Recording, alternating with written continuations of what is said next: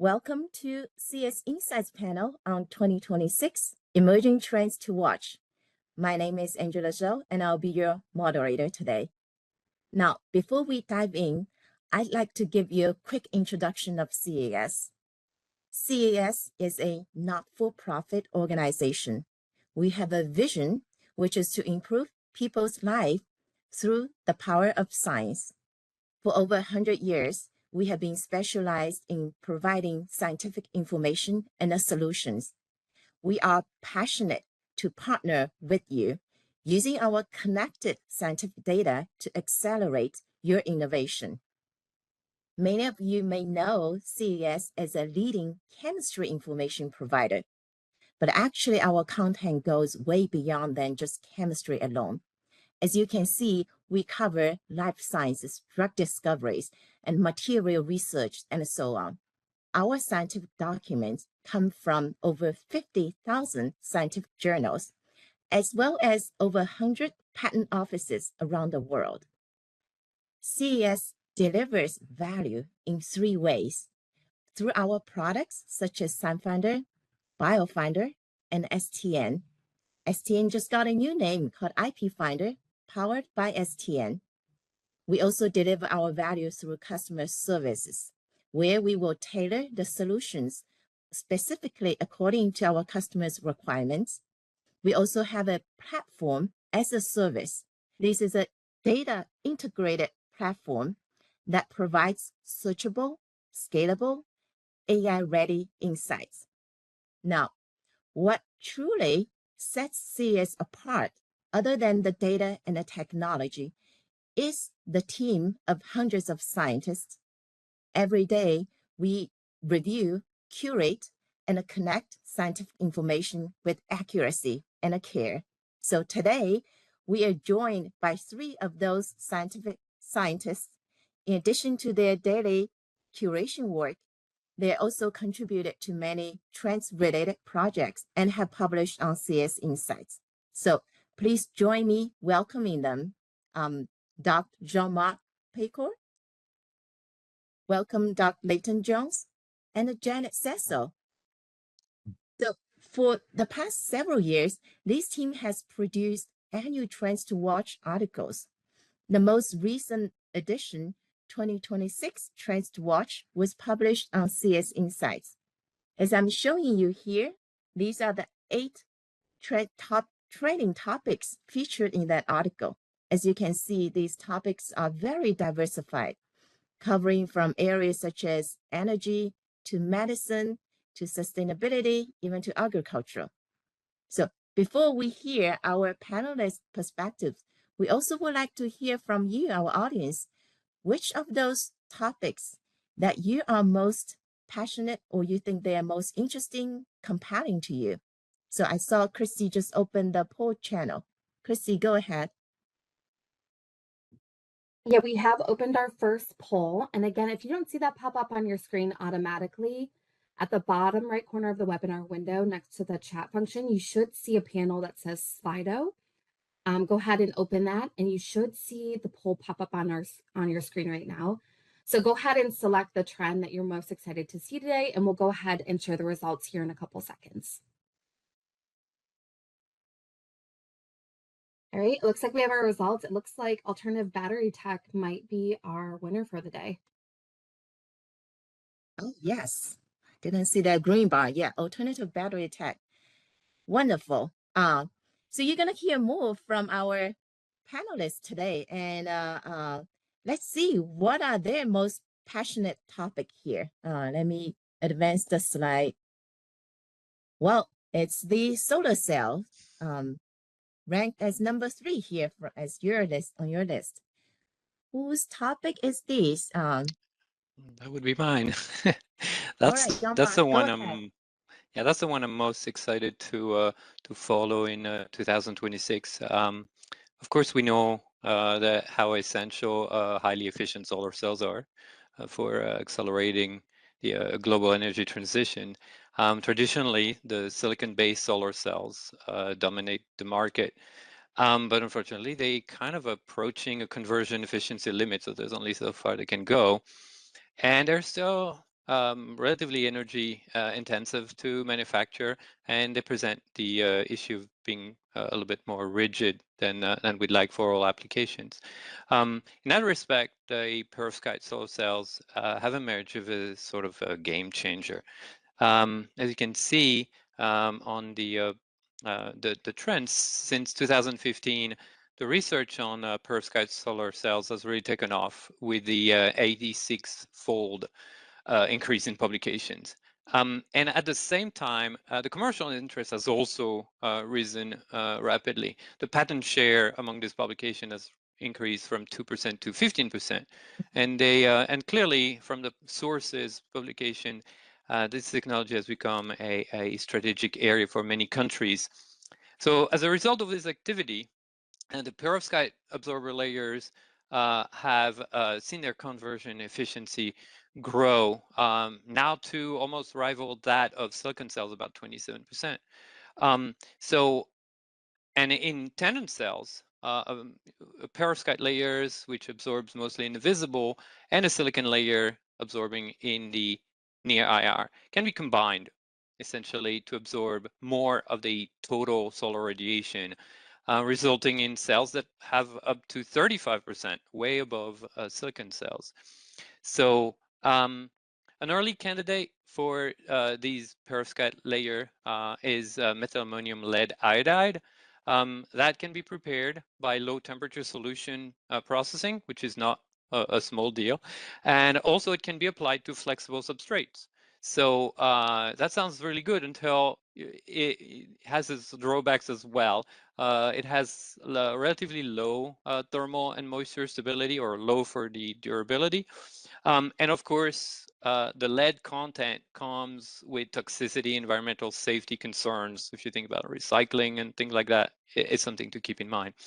So research has really intensified on mitigating these drawbacks, and that has intensified on trying to find alternate candidates. And all of these alternate candidates sort of exhibit trade-offs between higher or lower toxicity, higher or lower thermal or moisture stability, production temperature, conversion efficiency, or how far they are from ideal band gap. So, but so far, no ideal solution, unfortunately. Jean-Marc. Oh, go ahead. I'm going to go first. Jean-Marc, I see here the lead-free double perovskites. Could you tell us a little bit more about that possible alternative and what may be the trade-off with that one versus some of the other alternatives? Yeah, so very good question, because this is one of the area where we've seen a lot of research, especially recently. So in a traditional perovskite, you'd have an ABX3 structure. Double perovskites, you replace that single B cation by two different cations, say silver and bismuth, instead of just one of them. Okay. So they have a double sized unit cell compared to a regular perovskite. That doesn't really impact things. Their main attractiveness, quite frankly, is the fact that they're lead-free. So the toxicity aspect is much reduced. Unfortunately, so far, their efficiency, I mean, they're ideal for a lot of things. Unfortunately, their conversion efficiency is not quite up to the lead ammonium or formamidinium lead iodide. So, but it's definitely an area where we see a lot of research lately. So a lot of interest, mostly because of the non-toxic aspect. So yeah, thank we expect more. That green aspect really is probably exciting or new for some of our attendees here. That's awesome. Yeah, definitely. So like I was saying, without an ideal solution, a sort of ideal material for all these cells, we see a lot of opportunities in 2026, maybe to take the potential academic, the academic research, and then look at potential commercial partnerships.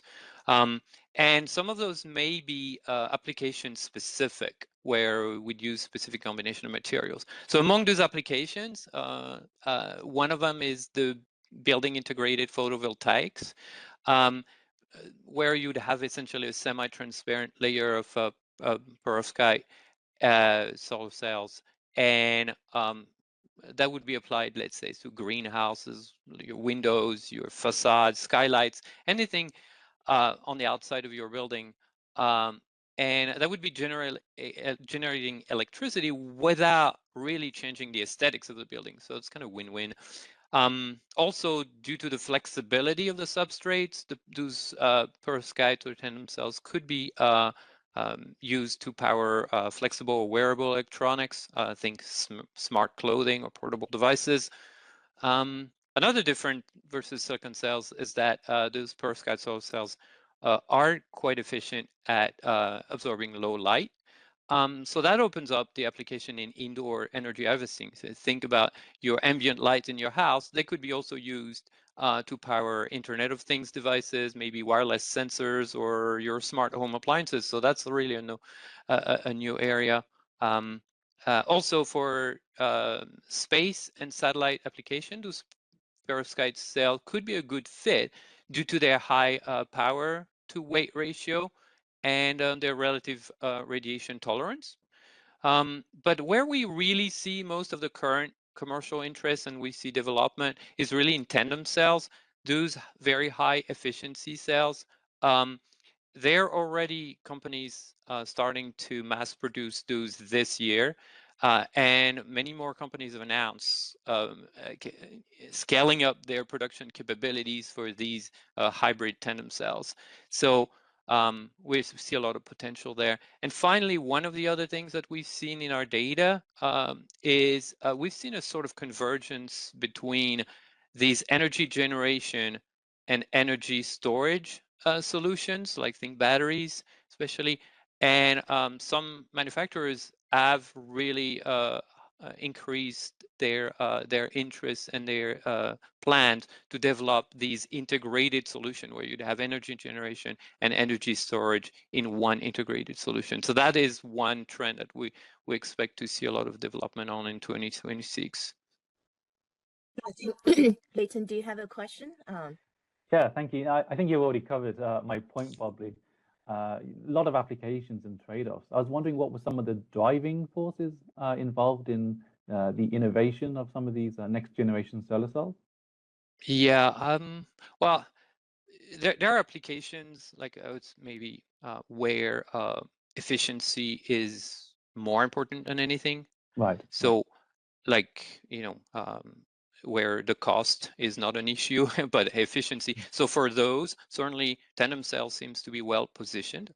But outside of that, I think it boils down to the cost per watt produced for these solar cells. Silicon still dominates, it's about 20 cents per watt, give or take. It's abundant, the material's cheap, relatively reliable technology. But I think we've reached a point where the perovskite tandem cells have the scalability and the maturity of the technology to really start challenging, especially due to their solution processing, roll-to-roll processing. Right. We see a lot of potential to really catch up. And there's also applications where traditional solar cells may not work. So I mentioned indoor energy harvesting. Those cells could be used there. So if there is no competitor, that's an open market for those. The flexibility of the substrates that it can be applied to, that's also an additional market. So we see those extending in further market, and the cost as really being the two main drivers. Yeah. Thank you, Jean-Marc. As you were talking, I keep looking at the T-shirt with the solar cell as a pocket. That's very cool. I hope one day we will have those kind of T-shirt, shining and and a warm. Powering our maybe. phones. Yeah. So the next topic is about alternative battery technology. I think that was the one ranked at the top, right? Leighton, is that yours? Yeah. It's mine. Yeah, thanks. Yeah, it's great to hear that people are interested in this. 2026 is going to be pretty amazing for research across different domains, particularly in battery science, which isn't slowing down. So yeah, thank you everyone, and great to speak today. So I'm highlighting one of the most exciting areas, which is alternative battery technologies. So we're familiar with things like lithium-ion, etc. but there's more involved in terms of metal air and other metal ion battery technologies.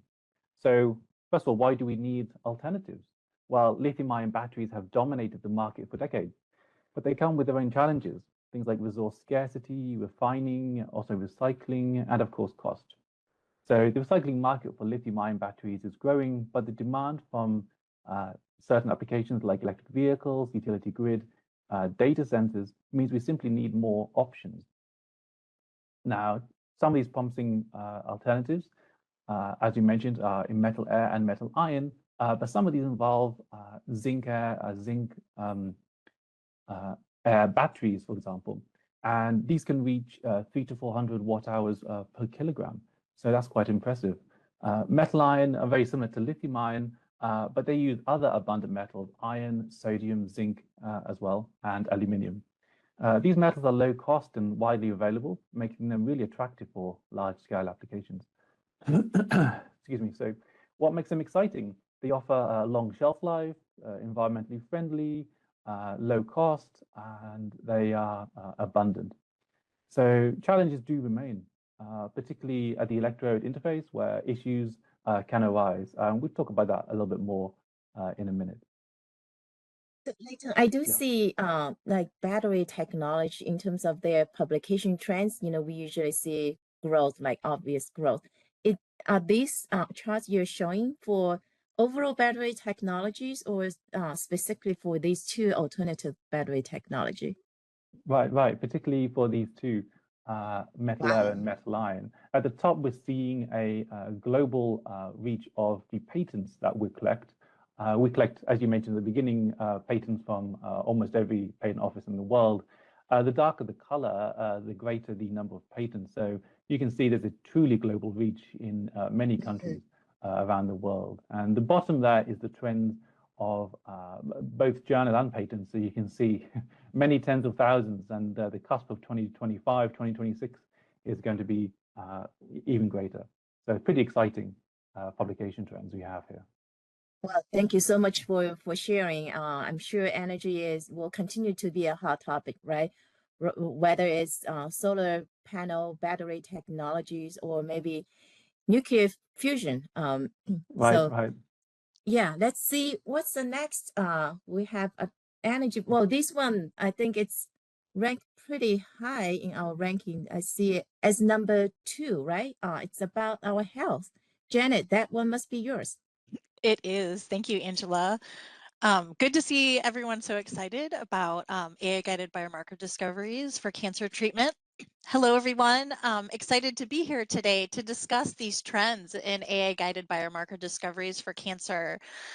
When I say AI-guided biomarker discovery, I'm talking about using machine learning with increasingly multimodal data, which is data from many different sources. Wait a minute, Janet, you said multimodal. What does that mean? Yeah, it just means that researchers are taking data from different sources, right? So we have complex data from maybe, 4 or 5 to 100 different sources. And they use that, if all is well, to help train their models, definitely, their machine learning models. So like right now, we go to the doctor's office, sometimes they will measure our markers, right? Like cholesterol level or, I know one cancer marker, prostate marker, right? PSA. So in this case, you're not talking about 1 or 2 biomarkers. You're talking about more and different types, all integrated together. Wow. Absolutely. Okay. And I will be getting into that here in the next few sentences, actually, talking about how we use this increasingly challenging data to pool trends from. Hey, you mentioned training of models. I mean, we're obviously very well versed here in the handling of data. How challenging is it for this specific area of cancer biomarkers to train models, how accessible the data is and so on and so forth. Can you speak a little bit to that? Yes, absolutely. So we know that the data being used here is high dimensional cancer data, which means that we're using the complex data sets, of course, that contain multiple layers of omics. So when you're talking about omics, think genomics, proteomics, transcriptomics, and these contain a large number of variables for each person, for each sample. So with that, we're able to create a comprehensive tumor profile. But Jean-Marc, like you said, it is critical that when we are training those AI models, we use accurate, diverse, high quality data. And as you know, here at CAS, this is our expertise. So we do, as Jean-Marc said, have scientists here in Columbus and then globally who curate and analyze the worldwide scientific data with high precision, creating our CAS content collection so that researchers can get the most accurate information to drive their research goals. Thank you, Jean-Marc, for those questions, and Angela. Wonderful, Jenna. Sorry. Yeah, go ahead. Yeah, so let's talk about for just a little bit, why are we looking at AI in cancer biomarkers?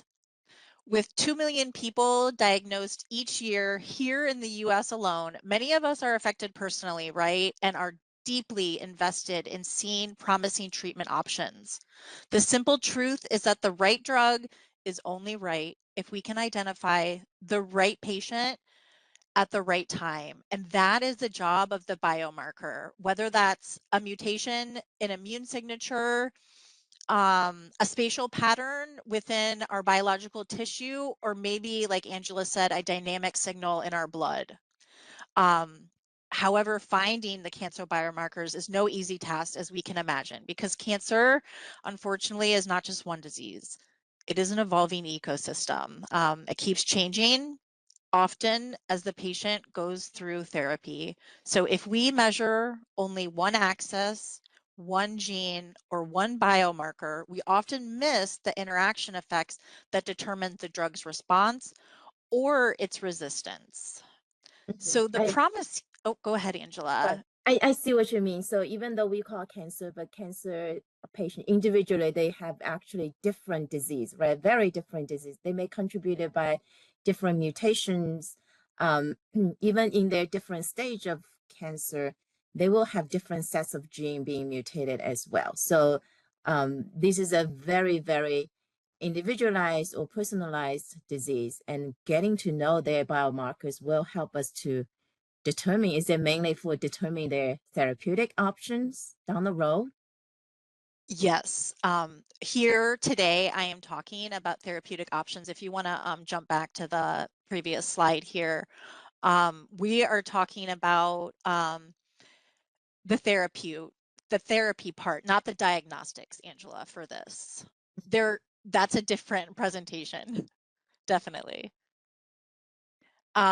So here we can see, like Angela said, the promise of these biomarkers is that we'll get the full picture of tumor biology within the patient context to make the better choices, so we can decide who gets which therapy, in what sequence, or in what combination.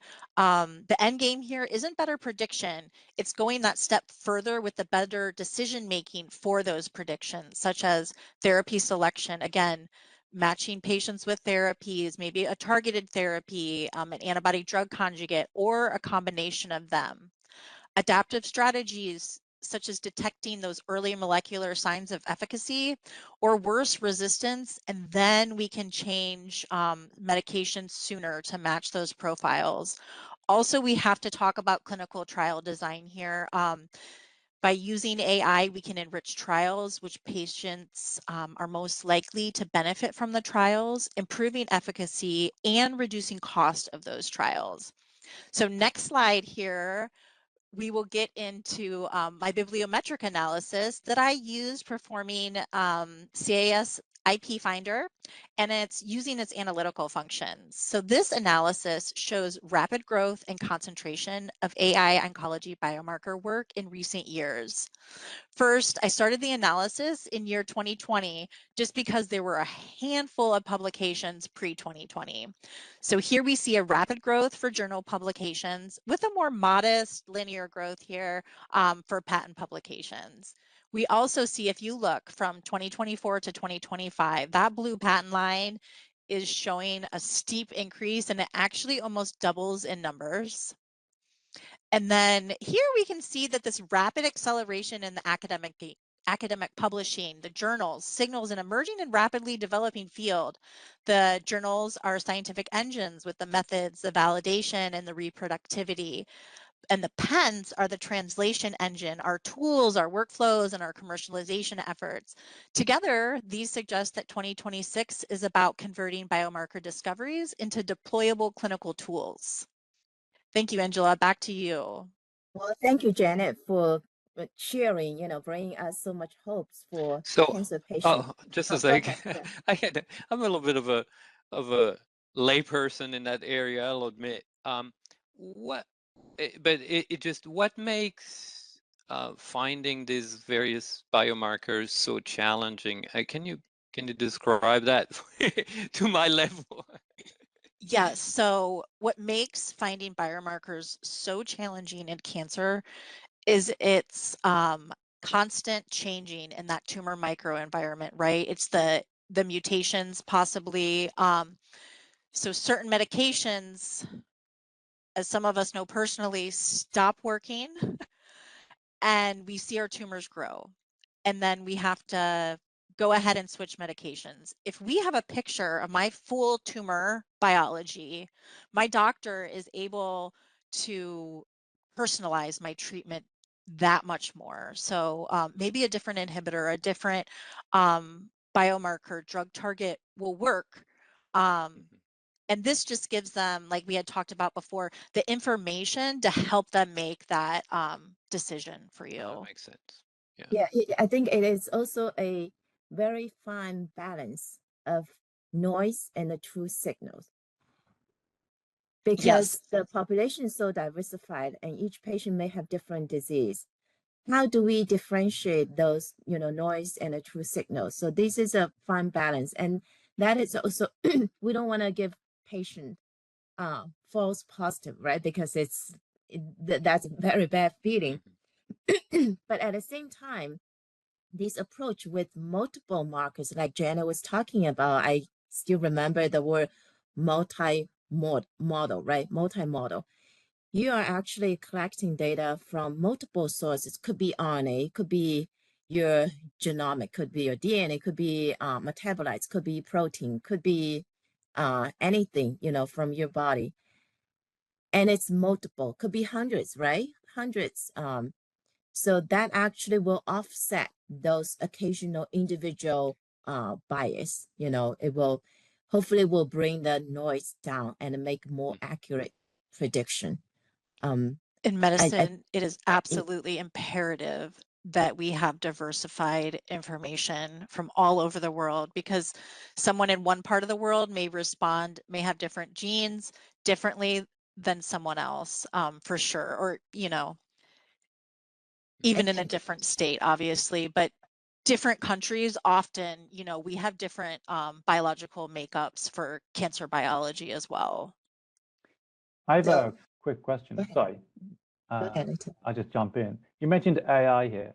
Are we just talking about simple language models, or are we talking about, advanced neurological algorithms, as you mentioned? What sort of ones? I don't know if you could answer this. Is there any one that we could discuss here? Or they're definitely advanced algorithms. And as you can imagine, with all of that omics data, it takes that intense algorithm to find patterns, to find things that a researcher could pull out and say with definite, like Angela said, hey, we really think this is, a marker for this cancer. And then we can go ahead and find the appropriate therapeutic for it.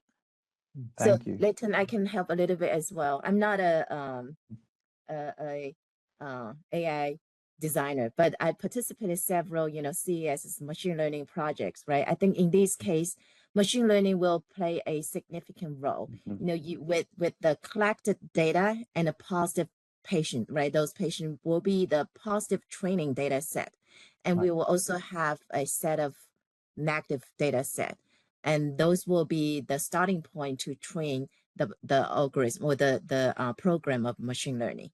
But of course, the reality could be much, much more complicated. How do you offset the balance of noise and the true signals, the size of positive data, and the positive data needs to be very well representative. Like Janet said, right? We are so diversified. We don't want a particular region or particular group of people to be hyper represented, but not, ignoring the other. So the data selection is a crucial beginning step. Yeah. Sounds like it's more important than almost the choice of the algorithm as well. That, like you mentioned, the size and diversity. Yeah. Oh, yes. Yeah. I think data is crucial. We often say good data produces a good, machine learning or AI results, right? So data is the foundation. Yeah. So maybe we have more, time. We can go back to your topics related to energy. As you were talking, I was always wondering, recyclability, sustainability. These two aspects, like with lithium-ion batteries, there are huge amount of effort going through, those battery recycling, solar cell panels. I think recycling, is a topic as well, how well we can recycle or how long those panels will be functional, right, on our roof. So maybe Jean-Marc and Leighton, if you can share a little bit of your perspective on those new technologies, recyclability. Yeah, I think for both, it's very significant. For solar cells, actually, if you think about the current state in solar cells being recycled, the most valuable part are not the silicon. They're the silver or your copper parts. I think I remember some statistics like silver is like 40% of the value, but 1% of the weight of your typical silicon solar cells. So we see this part not going away at all. The good news, in a way, is that there's been a lot of research along with all the development. That recycling aspect has not gone by the wayside. People are very invested into that. So the perovskite layers, because of the lead, for example, that can be challenging. Traditionally, they used to be recycled in not so nice organic solvents, but recently the methods have been developed to use water-based solvents. I think the efficiency is up to 99% or so for by selective water-based solvent separation, combination with thermal delamination, and also sodium dissolution, and that has been proven to be able to recover lead, iodine, metal contact, and even the precursor, the perovskite precursors. So that suggests really that these perovskite layers are well positioned to be recyclable, maybe actually more so than silicon cells. Plus, as the technology gets more and more application, I think we're going to see even more development and sort of a refining and improvements. And I imagine that's the case as well for batteries, right, Leighton? Yes, indeed. Yeah, I think you've already mentioned water processing and so forth. I think with batteries, one of the challenges is not so much with the separation of metals. It's also the separation of electrolytes, and as well as some of the casing. So with these new alternatives, these are metal air. So these have membrane cathodes where the oxygen can diffuse through. Separation of those components. Those are the more of the bottlenecks right now, particularly for recycling as well as scaling up. But the technology is advancing. So I think we're almost on the cusp, and 2026 is going to be probably the year of change for industry processing. Thank you so much for sharing those recyclability. I think, we're here to build a sustainable future, right? Hopefully the new technology, whatever the new technologies we are developing, will always have that mindset in our mind, in researchers' mind, right? Will that be scalable? Will that be sustainable? How easy can we recycle that? So recently, related to this energy topic, I also hear from news, this nuclear fusion, plant. The topic has been ongoing for, I don't know, for 50 years, like long time, right? Fusion is the ideal energy source. It's just like the sun has no nuclear waste, but technical wise, it is so challenging because you need to create temperature. I don't know how high that will be. So share with us, how do you see about the promising of nuclear fusion energy plant, and the cost as well? Yeah. Definitely, that's a high interest area, and the promise is really a lot of relatively free energy. Because, like you said, the products would not ideally be radioactive, or the challenges, the temperature you mentioned, like, of course, it's like 100 million Celsius or something like that. Pretty much your average temperature in the middle of the sun. And I think recent development have shown that, like, Alien is one of these initiatives that looks at commercialization of that fusion energy. I think they've reached now the range where the temperatures are compatible with commercialization in their latest generation reactor. I think it has a lot of promise. There's still a few major issues, I think, that needs to I think the technology uses, instead of tritium, tritium would produce proton radiation. That would be a little bit less than ideal during the fusion, because it's not it would produce neutron. I'm mixing it up. But helium reactor would use helium-3 as a source, and the product of that reaction would actually be proton, which them in turns are easily captured. I think one of the issues is sourcing of that helium-3. Because Earth is sheltered from solar radiation, we don't have, or hardly have, any helium-3 on Earth. There's a lot on the moon, stuck in regolith, but obviously getting mineral from the moon could be a challenge. The other main challenge is, quite frankly, the energy net gain. Once you've done everything, sourcing, production of energy, do you actually produce energy? And Okay. so far, what is the net gain? And so far, correct me if I'm wrong, but I don't think their earlier generation reactors had a positive net energy, but they're getting closer and closer. So I think this is definitely an area where we're watching this. It's another avenue where we're watching this. But the promise is really great. Like, I think the 40 grams of that helium-3 would be about 5,000 tons of coal that doesn't need to be burned. So if you think about that in terms of environmental pollution control, that's pretty good. Yeah. I think it's also in terms of utility. So nuclear fusion is good at the state level, obviously, but you can't have one in your house. Yeah. Or on your car, for example. Although the reactor is getting smaller, but well, true, modular reactors, and that's a new technology in other companies, so that's exciting. But solar energy, as we mentioned, Jean-Marc, those things are good for your roofs, and so forth. So I think it's also about integration into different parts of the grid, the house, etc. So each technology has a purpose, and battery technology is being scaled up to the grid level as well now. Some pretty amazing technology on that level. So battery can store some energy, regardless of whether it's in your house or at the grid level.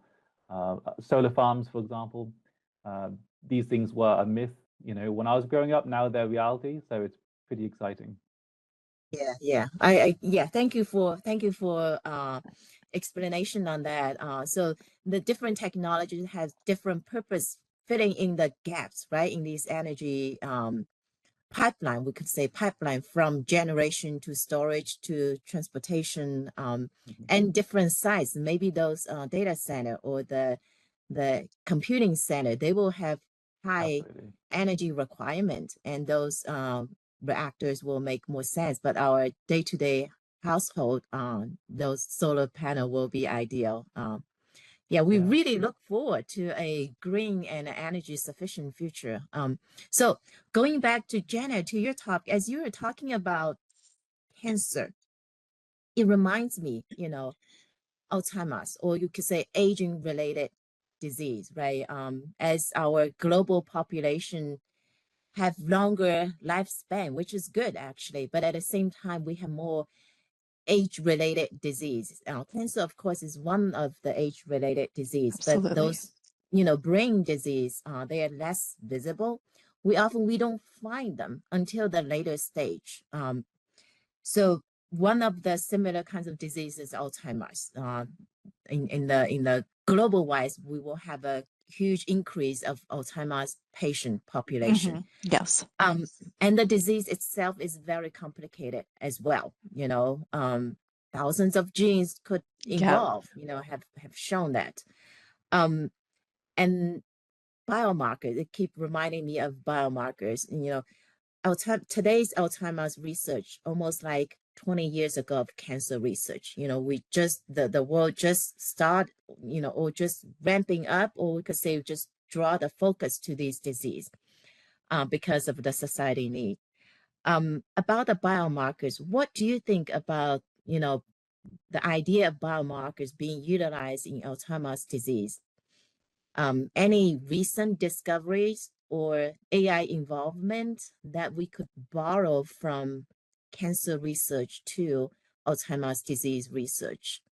Yeah, I think researchers are already using some of these resources, right? We published an Alzheimer's paper a few years back. Therapeutics are moving forward, although they are limited, like you said. It's very, very early. We may have more discoveries later, just not about tau protein or alpha-synuclein. So yes, I think it's coming. I mean, obviously we don't know for sure, right?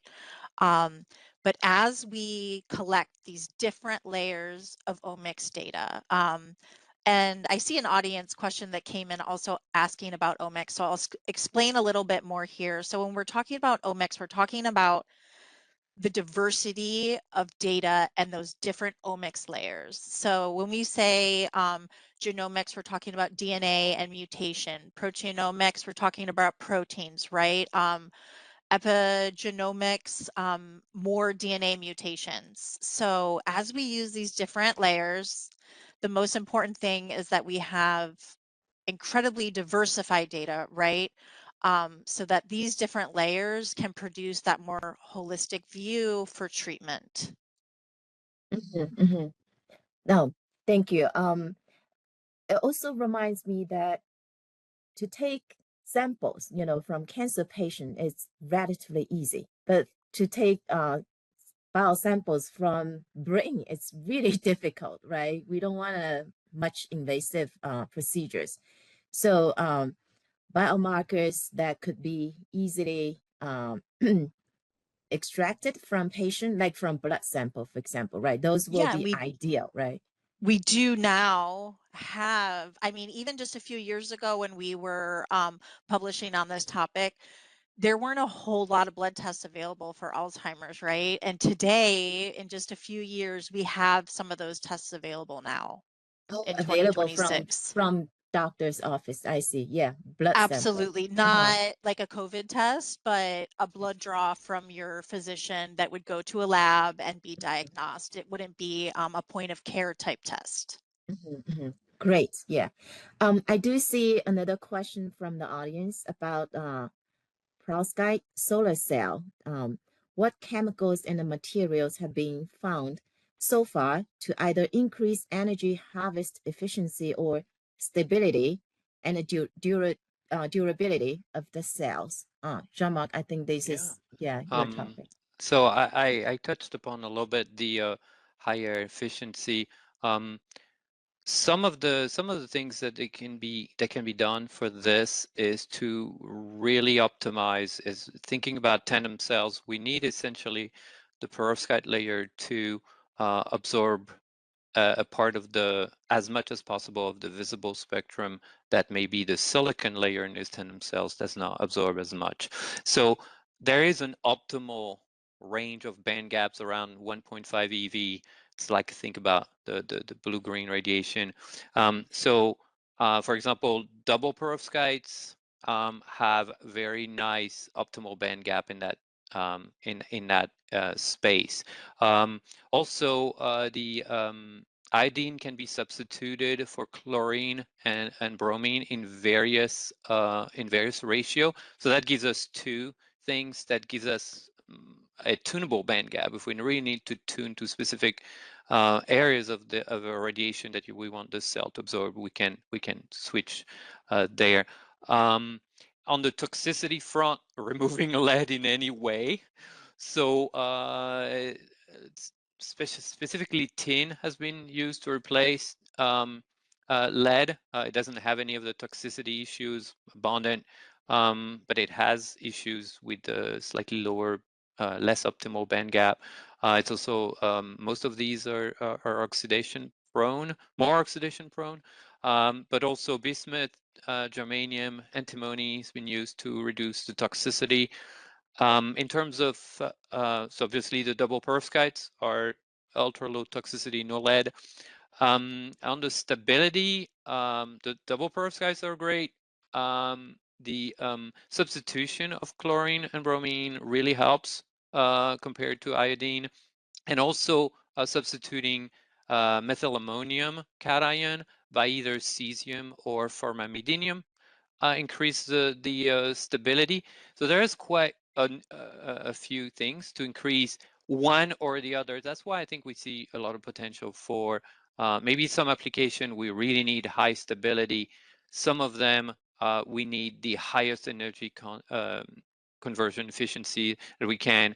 For example, the double perovskite I mentioned, good stability, low toxicity, but the conversion efficiency is not great. So so far. So I think that's where we see a good potential. There is no ideal solution, and there are other type of materials I haven't mentioned. They're organic based solar cells that are also very promising. They're on the efficiency. There's think gallium arsenide semiconductor type solar cell. They're ultra expensive, but if you can afford, $100 per watt, that's great. We've seen quantum dots being used also. So there are a lot of materials looking at really optimizing all these factors. So it's only going to get more diverse and more interesting in the future. I know you previously worked on the similar topic as well, maybe. Would you like to add a little bit? Yeah. No, I was just thinking that Jean-Marc actually stole my question about organic photovoltaics creeping up there in terms of the device efficiencies. And they're reaching, I think you might have mentioned around 19, 20 something percent, maybe give or take a few percent. Yep. Not quite creeping up towards perovskites, we could say.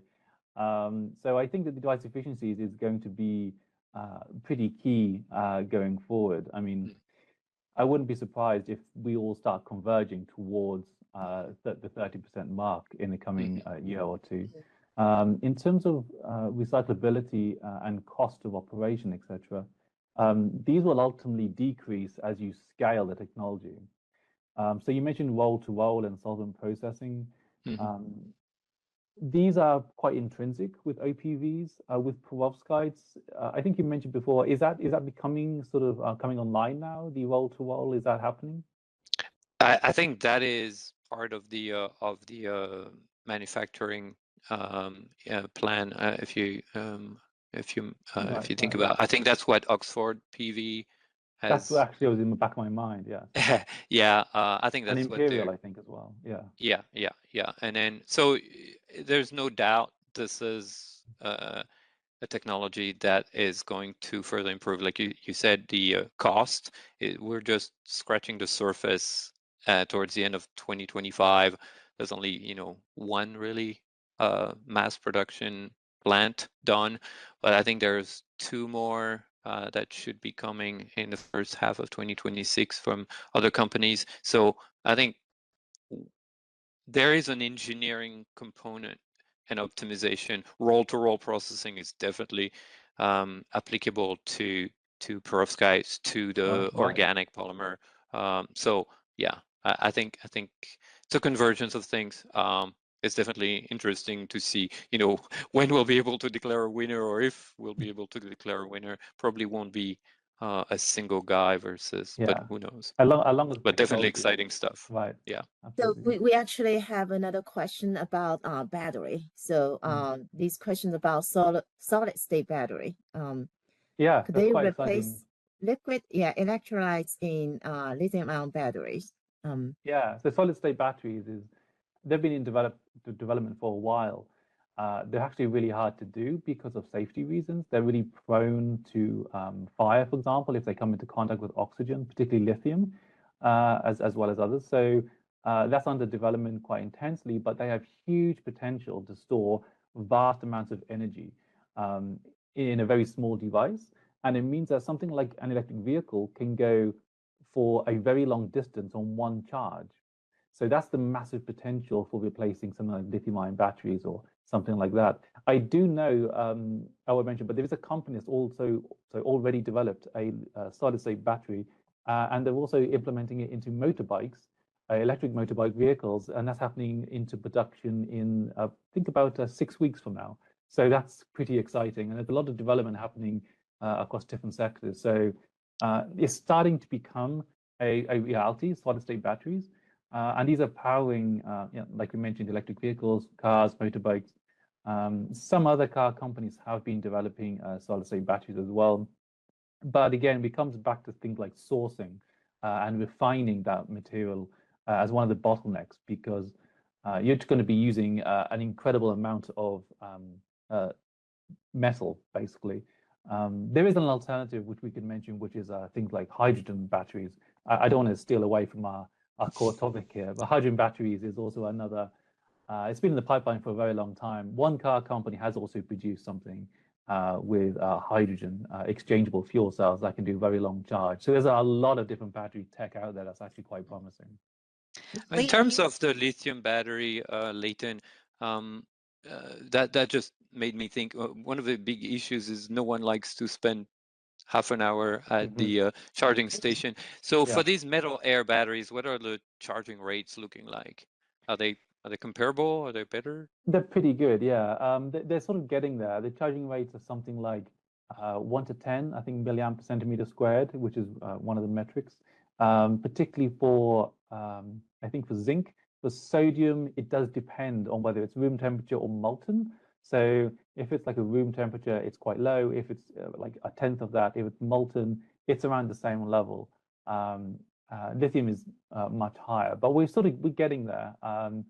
But these sort of batteries, they're pretty good. I didn't mention one of the applications for zinc air batteries, which was quite amazing to hear, are things like hearing aids and small button tablets. So they can be both scaled up and scaled down, as well as implants. So that's actually pretty exciting. So these things are already quite well commercialized, and that's no wonder why we're seeing extremely strong patent documents. That was going to be my question, Leighton, about scalability down and up. So thank you for addressing that here last minute. Yeah, thank you. No, that's good. Well, thank you so much. Even though we have more questions, but I think we are close to the end of the hour. And hopefully our audience, you enjoyed our discussion and share on those topics. And we also have a, let me bring back the slides. Here we are. what you see in your mind as the most, important thing that we need to concern or consider, or as a training topic, feel free to type into that channel box that Christy will share with you. Thank you so much for listening, and I hope you enjoy our conversation, and we will see you next time.